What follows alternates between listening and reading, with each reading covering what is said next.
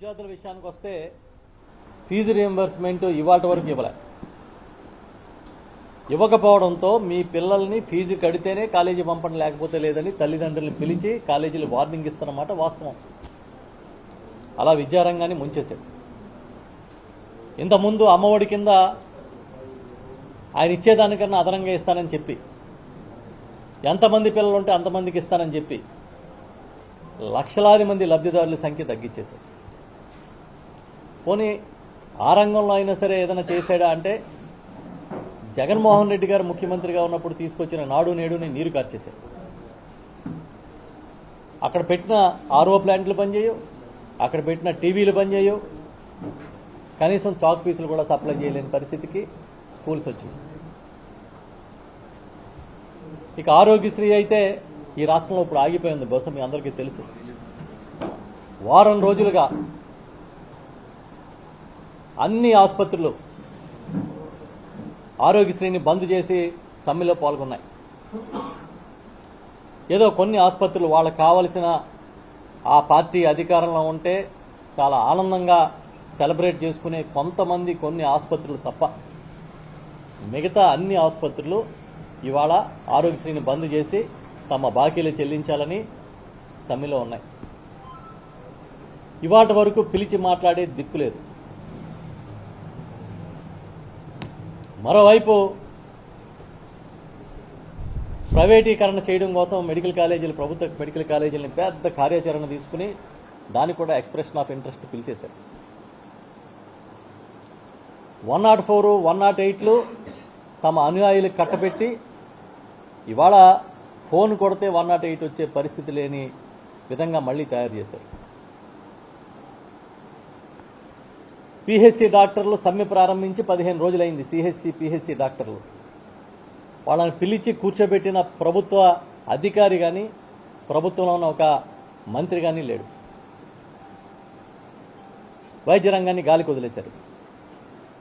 ఇప్పుడు ఉద్యోగులు వంతు వచ్చింది. ఉద్యోగుల్ని నెట్ట నిలువున ముంచే కార్యక్రమం. ఎన్నికల ముందు చాలా హామీలు.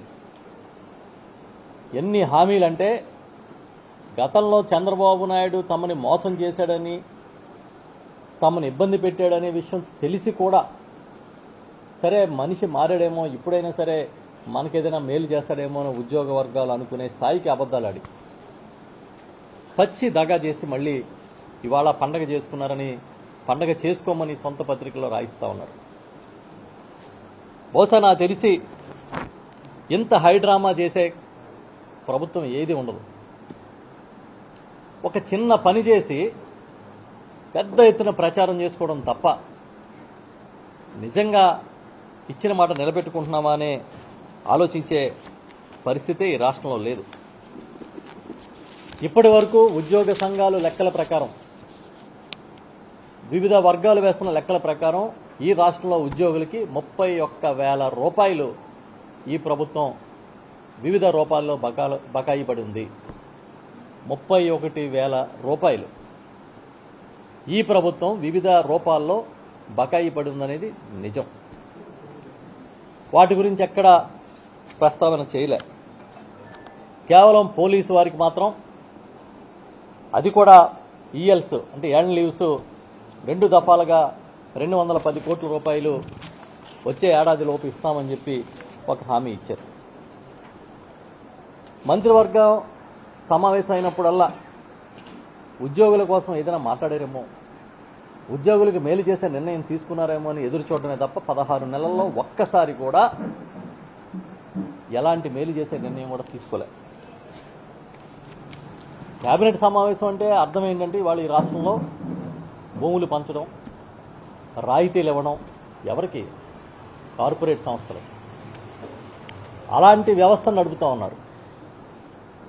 అడిగితే ఎదురుదాడి, కేసులు పెట్టడం, ఎవరినైనా సరే తమ సొంత ప్రచార సాధనాలతో బురద జల్లే కార్యక్రమం. మసిబూసి మారేడికాయ చేసి ఈ రాష్ట్రంలో ఏదో గొప్ప జరిగిపోతుందనే కార్యక్రమాన్ని చేస్తూ ఉన్నారు. ఇవాళ గతంలో చంద్రబాబు నాయుడు గారు ఇచ్చిన హామీలు చూసుకున్నప్పుడు ఏమేమి హామీలు ఇచ్చారు అంటే ఒక్క హామీ కూడా కూటమి ప్రభుత్వం ఎన్నికల ముందు ఇచ్చిన ఒక్క హామీ కూడా నెరవేర్చలేదు అనేది స్పష్టంగా మనకు అర్థమవుతుంది. కాంట్రిబ్యూటరీ పెన్షన్ పథకం, గ్యారంటీ పెన్షన్ పథకం ఈ విధానాన్ని పునఃసమీక్షించి ఆమోదిస్తాం అని చెప్పారు. అసలు ఓపీఎస్నే అమలు చేస్తామని కూడా ప్రచారం చేశారు, అంటే ఓల్డ్ పెన్షన్ స్కీమ్ని. ఇప్పుడు చంద్రబాబు నాయుడు గారు నిన్న ఉద్యోగ సంఘాలతో మాట్లాడింది ఏంటి? అది సుప్రీంకోర్టులో ఉంది కాబట్టి మేమేం చేయలేం, ఇదే కదా మాట్లాడారు. అంటే అర్థం ఏంటి? ఈ కథని అటకెక్కిచ్చేసాం అని చెప్పకనే చెప్తున్నారు. ఉద్యోగులకి మెరుగైన పీఆర్సీ ఇస్తానన్నారు. మేము అడుగుతున్నాం, పీఆర్సీ ఇవ్వడం కోసం ఏం చేయాలి? ఫస్ట్ పీఆర్సీ కమిషన్ ఉండాలి కదా. గత ప్రభుత్వం వేసిన పీఆర్సీ కమిషన్ని మీరు బలవంతంగా ఆ చైర్మన్ని వెళ్ళగొట్టే కార్యక్రమం చేశారా లేదా? పోనీ అప్పుడున్న చైర్మన్ని మీరు వెళ్ళగొట్టే కార్యక్రమం చేస్తే కొత్తగా చైర్మన్ని నియమించారా? ఇవాళ వరకు మీరు కొత్త పీఆర్సీ చైర్మన్ని వేయకుండా ఈ పే రివిజన్ కమిషన్ని మీరు వ్యవస్థీకరించకుండా ఏ విధంగా పీఆర్సీ అమలు చేస్తారు చంద్రబాబు అని మేము అడుగుతున్నాం, ఒక ప్రతిపక్ష పార్టీకి అడుగుతున్నాం. అలవెన్స్ పేమెంట్ల మీద పునఃసమీక్షిస్తాం, పునఃపరిశీలన చేస్తాం అన్నాడు ఆయన. ఇప్పుడున్న అలవెన్స్లన్నింటినీ కూడా, అంటే 2024 ఎన్నికల నాటికి ఉద్యోగులకి అధికారులకి వచ్చే అలవెన్స్లన్నింటినీ కూడా సమీక్షించి వీటిని అంతకన్నా మెరుగ్గా ఇస్తామన్నాడు. ఏమన్నా ఇచ్చాడా? ఒక్క అలవెన్స్ అయినా? పోనీ అంతకుముందు అలవెన్స్లు అయినా సరే చెల్లించారా అని మేము అడుగుతున్నాం.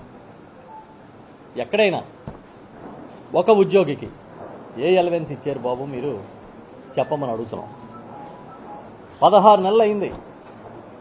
ఇవాళ వరకు ఈ వర్గానికి మీరు ఇచ్చిన హామీలు అమలు చేయడానికి పటిష్టంగా ఒక్క చర్య కూడా తీసుకోకుండా నిన్న హడావిడిగా ఉద్యోగ సంఘాలను పిలిచి కేబినెట్ సబ్ కమిటీ నియమించి వాళ్ళతో గంటలు చర్చించి మొత్తానికి మమ్మ అనిపించారు. ఇప్పుడు మీరు ఇచ్చిన ఈ ఒక్క డిఏ ఎంత?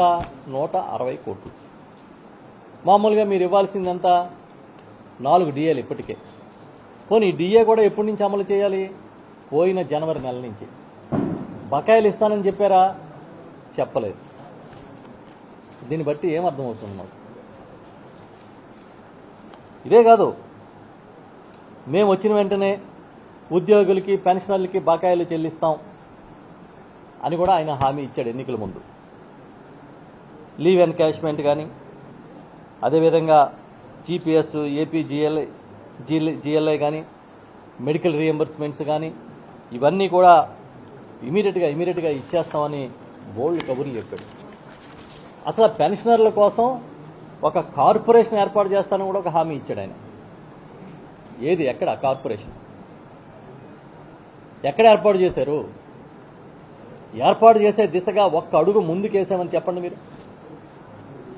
అంటే అన్ని వర్గాలకి ఇచ్చిన హామీలాగే ఈ వర్గానికి కూడా, ఉద్యోగ వర్గాలకు కూడా హామీలు ఇచ్చి ఇవాళ చేతులు దులుపుకునే కార్యక్రమం. 16 నెలల తర్వాత అది కూడా ఉద్యోగ వర్గాలు, ఉపాధ్యాయ వర్గాలు ఆగ్రహంగా ఉన్నాయి, రోడ్డు ఎక్కుతూ ఉన్నారు అనే విషయం అర్థమైన తర్వాత పిలిచి మమ అనిపించి తూతు మంత్రంగా ఒక డిఏ ఇస్తే, ఆ ఒక్క డిఏతో క్షేత్రస్థాయిలో ఉన్న ఉద్యోగులందరూ కూడా సంబరపడిపోతున్నారని మీరు అనుకుంటే ఎంతకన్నా మీ ఫెయిల్యూర్ ఇంకేది ఉండదని మేము చెప్తూ ఉన్నాం. మేము అడుగుతున్నాం, ఇదంతా బాబు గారి బిల్డప్ తప్ప ఈ ఒక్క డిఏతో ఏదైనా వనగోరేది ఉందని ఏ ఉద్యోగ సంఘం పెద్దలైనా గట్టిగా చెప్పగలుగుతారా? వాళ్ళ ఈ రాష్ట్రం పరిస్థితి ఎలా ఉందంటే ఉద్యోగం లేనోడు హ్యాపీగా లేడు, ఉద్యోగం ఉన్నవాడు కూడా హ్యాపీగా లేడు. ఈ రాష్ట్రంలో అది పరిస్థితి. ఏ ఒక్కడూ హ్యాపీగా లేడు. ఇదే కాకుండా ఇంకా చెప్తే అసలు ఎన్ని మాటలు చెప్పాడు అనుకుంటున్నారు ఈయన? ఏదో ఆయన కొత్త వ్యవస్థల్ని క్రియేట్ చేస్తానన్నాం కాదు, అసలు నా అంత మగాడే లేడు, లేస్తే మీ అందరికీ అసలు స్వర్ణయుగం వస్తుందన్నాడు. పాపం ఆ వాలంటీర్లు 2,66,600 దాదాపు 2,70,000 మంది వాలంటీర్లని జగన్మోహన్ రెడ్డి గారు ముఖ్యమంత్రిగా అయిన వెంటనే నియమించి వాళ్ళందరినీ ఇంటింటికి పంపించి సేవలు అందించే కార్యక్రమం చేస్తే వాళ్ళకేం చెప్పాడు ఎన్నికల ముందు, మీకు 5,000 కాదు నేను 10,000 ఇస్తాను, నేను వచ్చిన వెంటనే అసలు మీకు స్వర్ణయుగం అన్నాడు ఆయన. ఇప్పుడు నిన్న ఉద్యోగ సంఘాల సమావేశంలో ఏం చెప్పాడు, ఇదొక వ్యవస్థే కాదు, అసలు ఇది వృధా, ఇది వాలంటీర్ల వ్యవస్థ ఒక వృధా ఖర్చు అని నిన్న చెప్పాడు ఆయన.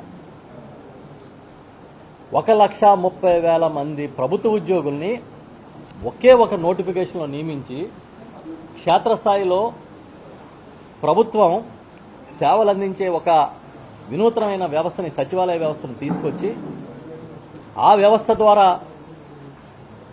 రాష్ట్రంలో ప్రతి గ్రామంలోని పారదర్శకంగా సేవలు అందించే కార్యక్రమం చేస్తే ఇవాళ ఆయన ఏమంటా ఉన్నాడు, ఈ సచివాలయ వ్యవస్థ అనవసరమైన వ్యవస్థని ఇన్ని లక్షల ఉద్యోగాలు క్రియేట్ చేసి ప్రభుత్వం మీద భారం మోపాడు జగన్మోహన్ రెడ్డి గారు అని మాట్లాడుతూ ఉన్నాడు. ఆర్టీసీని ప్రభుత్వంలో విలీనం చేయాలని ఇప్పుడిది కాదు, కొన్ని దశాబ్దాలుగా ఉన్న డిమాండ్. ఇంచుమించు 52,000 నుంచి 55,000 మంది ఆర్టీసీ ఉద్యోగుల్ని అధికారంలోకి వచ్చిన వెంటనే జగన్మోహన్ రెడ్డి గారు వాళ్ళందరినీ కూడా ప్రభుత్వంలో ఆర్టీసీని విలీనం చేసి ప్రభుత్వ ఉద్యోగుల్ని చేస్తే ఇది ఒక పెద్ద గుద్దిబండ అయిపోయింది, ఆర్టీసీని ఎలా విలీనం చేస్తారని చెప్పి నిన్న చంద్రబాబు నాయుడు గారు మాట్లాడుతున్నారు. దీనివల్ల ఖర్చు పెరిగిపోయింది అంటా ఉన్నాడు. అసలు మేము అడుగుతున్నాం, అసలు మీరు వచ్చిన తర్వాత ఇచ్చిన ఉద్యోగాలు ఎన్ని, తీసిన ఉద్యోగాలు ఎన్ని బహిరంగంగా ప్రకటించగలుగుతారా? మీకంత ధైర్యం ఉందా? వాళ్ళ బెవరేజెస్ కార్పొరేషన్లో 18,000 ఉద్యోగాలు పీకిపడేశారు. మీ సొంత మనుషుల కోసం మళ్ళీ ప్రైవేటు మద్యం వ్యాపారాలు తీసుకొచ్చారు, నకిలీ మద్యాన్ని సృష్టించారు, గ్రామాల్లో ఆర్ఓ ప్లాంట్లు పెట్టినట్టుగా కల్తీ మద్యాన్ని తయారు చేస్తుంటే కళ్ళు అప్పగించి చూస్తున్నారు. ఆ 18,000 మంది ఉద్యోగుల్ని రోడ్డు మీద పడేశారు. అలాగే ఫైబర్ నెట్లో 2,000 మందిని తొలగించేశారు. వచ్చిన వెంటనే ఫీల్డ్ అసిస్టెంట్లందరినీ కూడా తీసేయాలని చెప్పి కంకణం కట్టుకుని ఎన్ని రకాలుగా ఒత్తిళ్లు చేశారో మనం అందరం చూసాం. ఇప్పటికీ చాలా చోట్ల ఫీల్డ్ అసిస్టెంట్లని తీసి ఉద్యోగాలు తీసేసి రోడ్డు మీద పడేశారు. ఇంటింటికి రేషన్ పంపిస్తూ ఉంటే ఆ ఎండియు వాహనాల వ్యవస్థను రద్దు చేసి ఆనందం పొందుతున్నారు. గ్రామాల్లో ఇంటికి రేషన్ వస్తే మాకు సమయం ఆదా అవుతుంది, మా పరిస్థితి ఇప్పుడు బాగుంది, శ్రమ తగ్గింది అనుకునే పరిస్థితి నుంచి వాళ్ళని పీక్ అవతల పడేశారు. మేము అడుగుతున్నాం, ఏదైనా సరే మీరు రండి, జగన్మోహన్ రెడ్డి గారి హయాంలో ఉద్యోగులకి ఎలా చేశారో ఈ 16 నెలల్లో మీరేం చేశారో చెప్పండి బయటకు వచ్చి. ఇంచుమించుగా 2019లో జగన్ గారు సీఎం అయ్యే నాటికి ఒక అవుట్ సోర్సింగ్ ఉద్యోగం, ఒక కాంట్రాక్ట్ ఉద్యోగం కావాలంటే లంచాలు ఇస్తే కానీ రాని పరిస్థితి. చివరికి వాటిని కూడా మెరిట్లో పెట్టి జగన్మోహన్ రెడ్డి గారు ఉద్యోగాలు ఇచ్చారు. అంతకుముందు ఈ కాంట్రాక్టు అవుట్ సోర్సింగ్ ఎంప్లాయీస్కి 5 నెలలకో 6 నెలలకో ఒకసారి జీతాలు ఇస్తూ ఉంటే జగన్ గారు ముఖ్యమంత్రి అయిన తర్వాత ఇతర ప్రభుత్వ ఉద్యోగులతో సమానంగా 1వ తేదీని జీతాలు ఇచ్చే కార్యక్రమం చేశారు. ఇవన్నీ కాకుండా ఆప్కాస్ అని అవుట్ సోర్సింగ్ కార్పొరేషన్ ఏర్పాటు చేసి దళారీ వ్యవస్థను తీసేశారు. మీకు తెలుసు, ఒక దళారీ వ్యవస్థ ఉండేది. ఎవడో ఒక ఏజెన్సీని క్రియేట్ చేయడం, ఆ ఏజెన్సీ ద్వారా ఎంప్లాయీస్ని పెట్టడం, ఆ ఎంప్లాయీస్ అందరూ వాడి ఆ దళారీ వ్యవస్థకి కమిషన్ కట్ చేసుకుని జీతాలు పొందడం, వీటన్నిటినీ తీసి అది కూడా వాళ్ళకి రావాల్సింది మెరుగుపరిచి జీతాలు పెంచి ఈ ఆప్కాస్ ద్వారా చెల్లింపులు చేసే కార్యక్రమాన్ని జగన్మోహన్ రెడ్డి గారు చేశారనే విషయాన్ని కూడా ఈ సందర్భంగా గుర్తు చేస్తూ ఉన్నాం. మా ప్రభుత్వం దిగిపోయే నాటికి 1,00,000 మంది ఉద్యోగులు ఆప్కాస్ ద్వారా వేతనం పొందుతున్నారు. మీకు కావాలంటే ఆ డీటెయిల్స్ అన్నీ కూడా అందించడానికి మేము సిద్ధంగా ఉన్నాం. ఇవాళ మీరేం చేస్తూ ఉన్నారు? ఆప్కాస్ని రద్దు చేసే కార్యక్రమం చేస్తూ ఉన్నారు. ఇదే కాదు, సచివాలయాల హేతుబద్ధీకరణ అని చెప్పి జనాభాను బట్టి ఇంతేమంది ఎంప్లాయీస్ ఉండాలని ఆ జనాభాని బట్టి ఎంప్లాయీస్ని కుదించే కార్యక్రమం చేస్తూ ఉన్నారు. ఇంతమంది అవసరం లేదని చెప్తున్నారు. ఆ రోజు కొత్తగా ఉద్యోగం ఇచ్చిన ప్రభుత్వ ఉద్యోగం క్రియేట్ చేసి 1,30,000 మందికి జగన్ గారు ఉద్యోగాలు ఇస్తే